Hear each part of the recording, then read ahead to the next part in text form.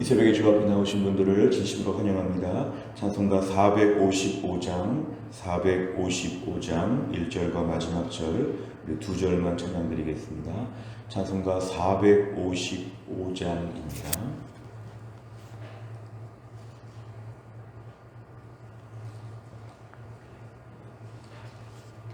455장 찬양드리겠습니다.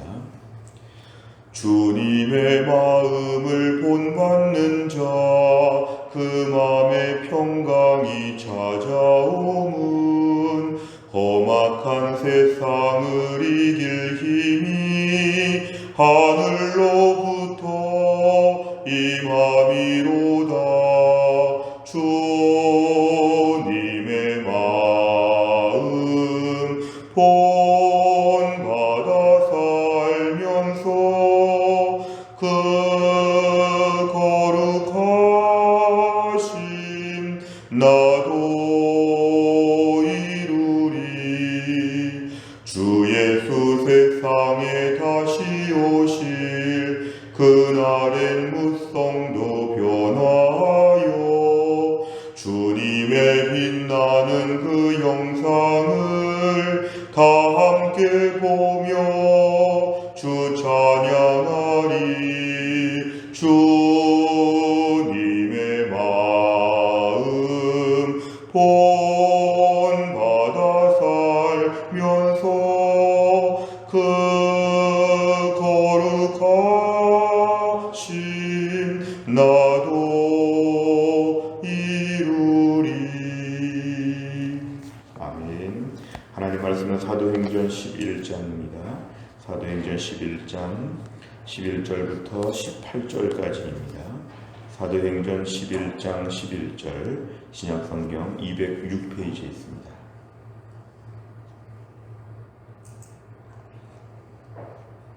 사도행전 11장 11절에서 18절까지의 말씀을 저와 역시 교독하시겠습니다.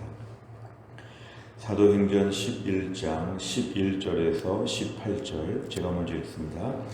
마침 세 사람이 내가 유숙한 집 앞에 서 있으니 가이사랴에서 내게로 보낸 사람이라.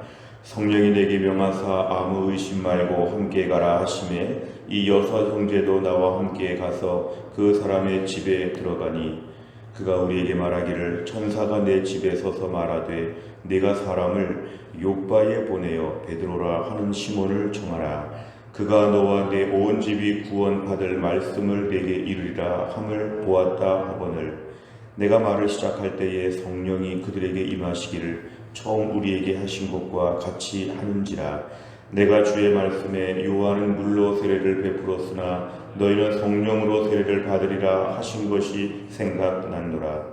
그런즉 하나님이 우리가 주 예수 그리스도를 믿을 때에 주신 것과 같은 선물을 그들에게도 주셨으니 내가 누구이기에 하나님을 능히 맡겠느냐 하더라. 그들이 이 말을 듣고 잠잠하여 하나님께 영광을 돌려 이르되 그러면 하나님께서 이방인에게도 생명 얻는 회개를 주셨도다 하니라. 아멘. 사도행전 11장의 말씀은 교회가 어떤 내부적으로 큰 위기를 경험하는 그런 내용을 우리에게 그대로 보여주고 있습니다. 어제 읽은 말씀에 의하면 베드로가 백부장 고넬료의 집에 가서 복음을 전하고 함께 교제한 것에 대하여 예루살렘 교회 안에서 유대인들 그리스도인, 특별히 극렬한 유대교 그리스도인들이 여기에 대해서 강력하게 비난하였습니다. 베드로의 사역에 대하여 베드로가 비난을 받게 되는 것은 초대교회의 내부적으로 큰 어려운 위기를 우리에게 그대로 보여주고 있습니다. 근데 어제 4절 이하의 말씀에서 베드로는 이 모든 일에 대하여 자세하게 설명했다 그랬습니다. 그냥 화를 내거나 우울하거나 침체되지 아니하고 알아들을 만한 이야기를 자초지종을 잘 설명했습니다.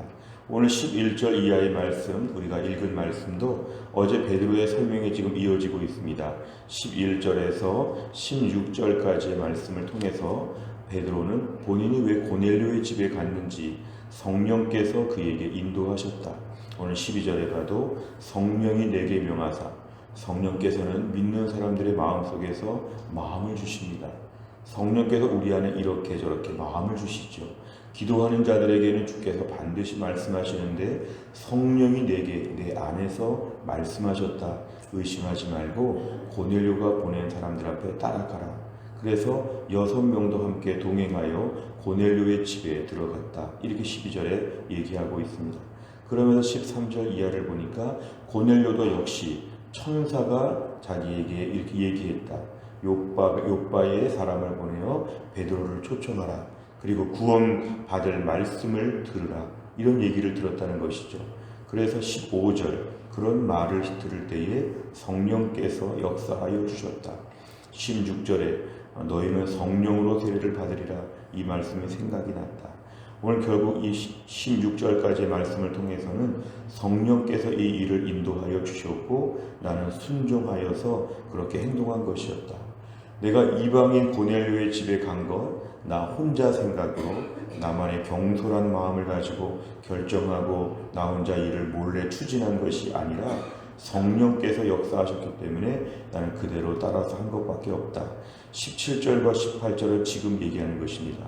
16절까지는 그 전에 설명을 했다면 17절에 이것입니다. 내가 누구이기에 하나님을 맡겠느냐. 성령께서 우리가 받은 성령과 똑같은 성령을 저들이 받는 걸 보았는데 내가 누구이기에 하나님을 막을 수 없다는 것이죠. 우리의 예측과 생각을 뛰어넘는 하나님의 역사 앞에서는 내가 사도 베드로 역시 막을 수 없고 동시에 우리도 막을 수 없다. 하나님이 임의로 일하실 때 하나님이 이렇게 저렇게 일하실 때 하나님이 일하시는 방법을 우리가 다 예측하지 못한다는 것이죠. 마음의 문을 열고 이방인에게도 복음을 전할 수 있다. 우리 생각엔 아닌 것 같지만 하나님이 그렇게 하시면 우리가 누구이기에 하나님과 대등하냐? 우리가 하나님과 견줄 수 있겠느냐? 우리가 우리를 바꿔야지 하나님을 바꿀 수 있겠느냐? 이렇게 얘기합니다. 그러자 18절에 이 말을 들었던 사실 공격했던 유대교 그리스도인들 또한 사도들 교회 안에서 많은 의아하게 생각했던 베드로를 비난했던 바로 그런 사람들인데도 18절에 그 모든 사람들은 이 말을 듣고 잠잠했다. 이게 바로 성령의 역사이죠. 본인들 생각과 다르지만 베드로의 설명을 다 듣고 나니까 하나님이 일하셨구나. 그래서 잠잠했다는 것은 동의했다는 것입니다. 그러면서 하나님께 영광을 돌렸습니다. 하나님이 이렇게 하셨구나. 이 베드로의 개인 생각이 아니구나. 베드로가 혼자 지금 뛰어다니면서 일을 벌린 게 아니라 하나님이 베드로에게 이렇게 역사하셨구나. 이걸 인정했다는 것입니다. 우리가 어제 본문의 말씀을 통해서는 베드로에게 주목해서 보았습니다.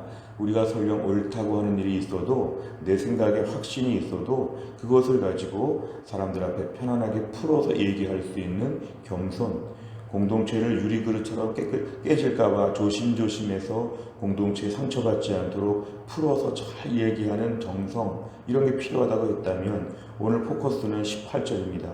그들 베드로를 비난했던 자들도 이런 모든 설명을 들으면 이해가 되었기 때문에 하나님께 영광을 돌렸다. 어떤 경우에 설명을 다 듣고 나서도 그게 네 생각이지 무슨 성령의 인도하심이냐, 성령이 너에게 말씀하시냐, 우리한테 왜 말씀 안 하셨느냐, 이렇게 뭔가 막 불평하고 또 흠을 잡고 공격하고 아무 소용없다 이렇게 또 달려들 수 있는데 오늘 이들은 그렇지 않았습니다. 설명을 다 듣고 나서는 하나님이 그렇게 하셨구나, 아멘, 하나님께 영광을 돌립니다, 이렇게 이들은 받아들였다는 것입니다. 결국 성령께서 인도하시고 하나님이 인도하시는 것은 우리의 생각과 다를 수 있는데 그때마다 우리는 잘 설명하는 것도 필요하지만 그런 설명을 다 듣고 나서는 받아들이는 태도가 필요합니다.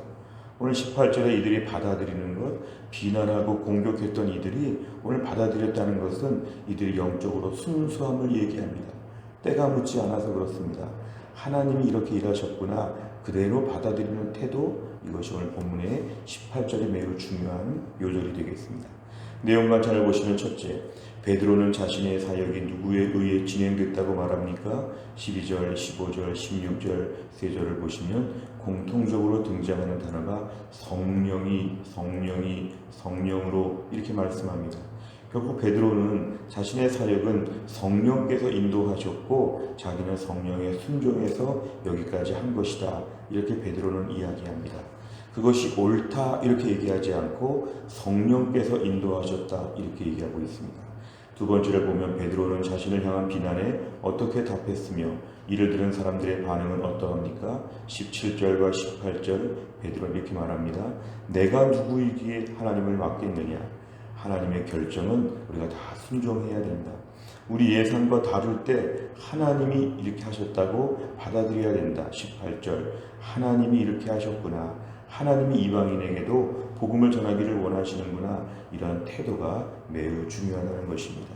세 번째는 사도들과 형제들이 하나님께서 이방인에게도 생명 얻는 회개를 주셨도다 라고 고백한 이유는 무엇입니까? 결국 자신들의 생각을 내려놓고 하나님의 일하심을 절대적으로 인정하고 따르는 것입니다. 하나님께서 이렇게 하셨구나. 베드로가 혼자 일을 벌렸구나. 이렇게 보는 것은 인간 수준의 대화이죠. 세상의 불신자들은 그런 식으로 회의하죠. 누가 말해서 누가 어떻게 해서. 그러나 성도들은 기도하면서 이렇게 고백해야 됩니다. 하나님이 이렇게 하시는구나. 하나님이 인도하시는구나. 뭔가 하나님의 손, 하나님의 일하심을 인정하는 태도가 우리에게 필요합니다.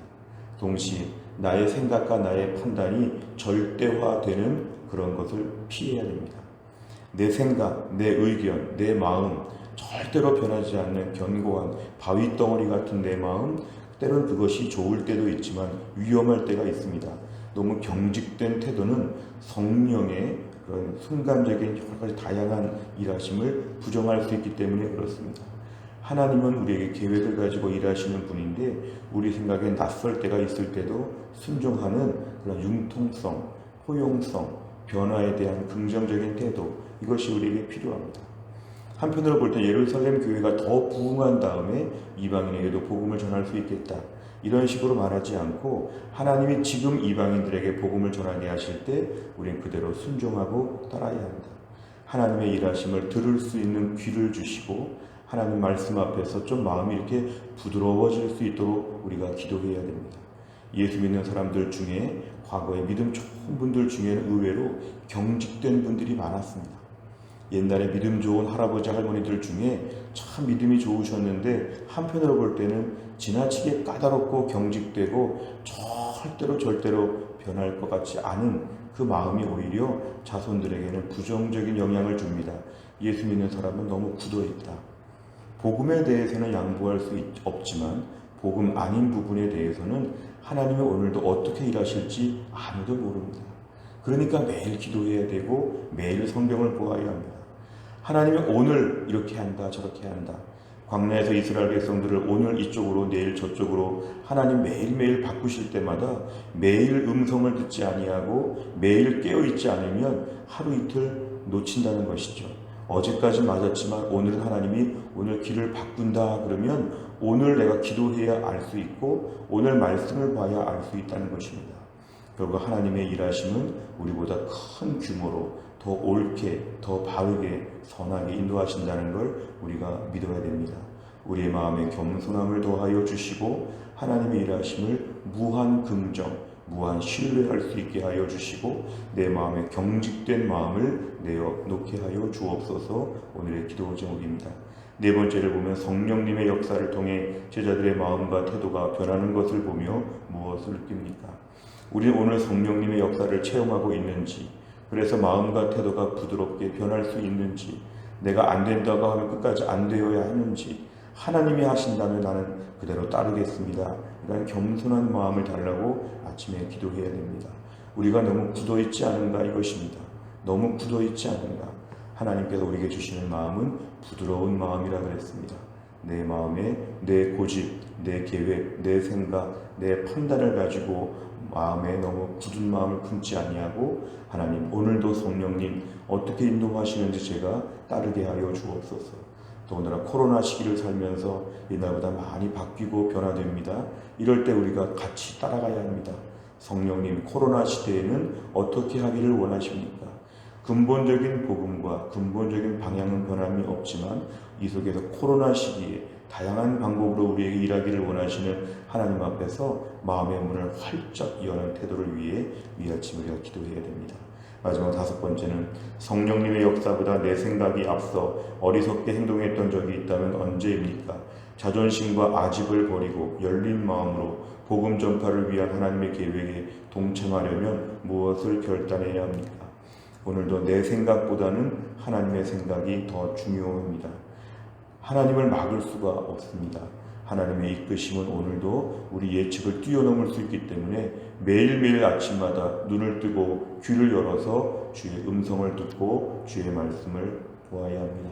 오늘도 하나님, 오늘 2021년 2월 17일 수요일, 오늘 저에게 어떻게 살기를 원하십니까? 마음의 문을 백지 상태로 하나님께 가지고 가서 하나님께 여쭤보시기를 바랍니다. 우리 가정, 우리 직장, 우리 교회, 나라와 민족 무엇을 원하십니까? 제가 마음의 문을 다 열고 모든 것을 다 수용할 수 있는 마음으로 오늘도 주 앞에 엎드리겠습니다. 이러한 태도로 기도하게 되면 오늘도 우리가 초대교회처럼 이런 은혜의 때를 여전히 누리게 될 것입니다. 또 한 날을 살면서도 성령님의 인도하심, 하나님의 인도하심에 영적인 분별력을 가지고 하루를 잘 감당할 수 있기를 주의 이름으로 축원합니다. 기도하겠습니다.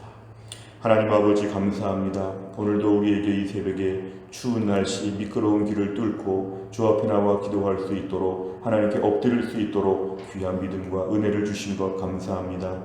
오늘도 주신 말씀 붙잡고 하나님 앞에 기도합니다. 초대교회가 여러 가지 의견이 갈리고 비난과 공격이 있는 어려운 위기 상황을 맞이하였지만 오히려 베드로의 정성스러운 설명과 또 겸손한 태도 그리고 여기에 대한 교회 공동체 안에서 용납과 수용과 하나님의 인도하심에 개방적인 태도를 가지고 모두가 다 긍정적으로 이 모든 것들을 마무리하는 아름다운 문제 해결의 모습을 보았습니다. 오늘도 우리 안에 굳은 마음과 지나치게 경직된 마음과 또한 지나치게 이렇게 불편한 마음들을 내려놓고 내가 하나님보다 위에 있지 않고 하나님이 나보다 위에 계시고 모든 걸 주관하시고 임의로 일하신다는 것들을 늘 마음에 생각하여 겸손하게 하나님의 이끄심에 순종하게 하여 주옵소서. 하나님을 막을 수 없다고 하는 생각, 하나님이 일하시면 나는 전적으로 따라야 한다는 생각, 내 고정관념과 내 오랜 습관과 달리 하나님을 어떻게 바꾸실지에 대하여 활짝 문을 열고 하나님께 여쭤보며 매일매일 기도하게 하여 주시고 무엇보다 코로나 시기에 그전과 많이 달라진 때에 이 시대에 어떻게 믿음을 지키고 어떻게 교회를 섬겨야 될지 오늘도 우리에게 많은 것으로 말씀하여 주시고 우리의 갈 길을 오늘 본문처럼 예비하여 주시는 지시하시는 성령님의 인도하심에 우리 모두가 깨어서 보고 순종할 수 있도록 은혜를 베풀어 주옵소서. 또한 나를 살면서 주님의 은혜를 구합니다. 오늘도 은혜 충만하게 하시고 우리가 순종하게 하여 주시고 믿음으로 한 날을 잘 감당하게 하여 주옵소서. 예수님의 이름으로 기도하옵나이다. 아멘. 수요일을 맞이하여 교회 100대 기도 제목은 양육과 훈련을 통한 성도들의 영적인 성숙과 성장을 위해서 43번부터 56번까지 기도해 주시기 바랍니다. 주기도문 하겠습니다. 하늘에 계신 우리 아버지여, 이름이 거룩히 여김을 받으시오며 나라 임하옵시며 뜻이 하늘에서 이룬 것 같이 땅에서도 이루어지이다. 오늘날 우리에게 일용할 양식을 주옵시고 우리가 우리에게 죄 지은 자를 사하여 준 것 같이 우리 죄를 사하여 주옵시고 우리를 시험에 들게 하지 마옵시고 다만 악에서 구하옵소서. 대개 나라와 권세와 영광이 아버지께 영원히 있사옵나이다.